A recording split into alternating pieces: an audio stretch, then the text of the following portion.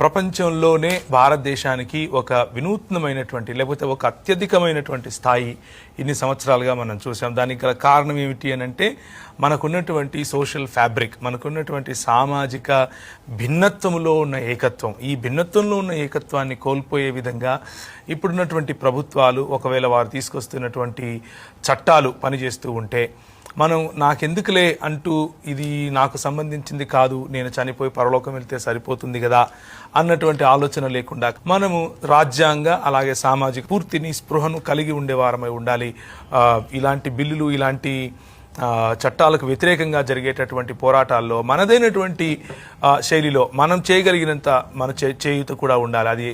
అది ఒక లేఖ రూపంలో కావచ్చు, రిసెంట్మెంట్ రూపంలో కావచ్చు, ర్యాలీలో పాల్గొనడం ద్వారా కావచ్చు. అది చిన్నదా పెద్దదా, డిస్ట్రిక్ట్ లెవెలా స్టేట్ లెవెలా అనేది పక్కన పెట్టి ఎవరికి అసమానత అన్నది, అన్యాయం అన్నది ఏ కమ్యూనిటీలో జరగకూడదు అని ఆలోచించటమే దేవుని రాజ్యం అని జ్ఞాపకం చేసుకోవాలి. దేవుని రాజ్యము అని అంటే మనం ఏదో క్రైస్తవ దేశం కట్టుకోవాలి అని కాదు. ఒకవేళ మీరు గమనించినట్లయితే ప్రపంచం యావత్తులో కూడా క్రైస్తవ దేశాలుగా ఉన్నవి ఏవి కూడా సక్సెస్ అవ్వలేదు. కానీ క్రైస్తవ భావజాలం ఉన్నటువంటి ప్రజలను సమానంగా చూసినటువంటి ఆలోచన ప్రతిసారి కూడా దేశానికి మేలు చేసిందే తప్ప కీడు ఎప్పుడు చేయలేదు.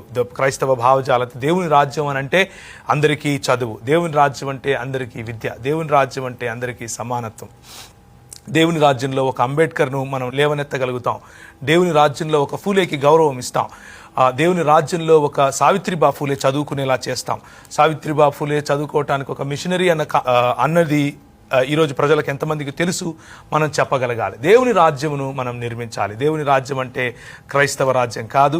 దేవుని రాజ్యం అంటే క్రైస్తవులు పాలించేటటువంటి పొలిటికల్ వ్యవస్థ కాదు. దేవుని రాజ్యం అని అంటే దేవుడు ఆయన చేసేటటువంటి న్యాయమును, ఆయన ఇచ్చేటటువంటి నీతిని, ఆయన కుమరించాలనుకున్నటువంటి కృప కనికరములను ప్రజల ద్వారా మరి మన మధ్యకు తీసుకుని రావటం. అది ఏ పార్టీ అయినా, ఏ మతమైనా, ఏ కులమైనా నిస్వార్థమైన మిషనరీ పరిచర్య, దానిని దేవుని రాజ్య పరిచర్య అని కూడా మనం పిలుస్తాం.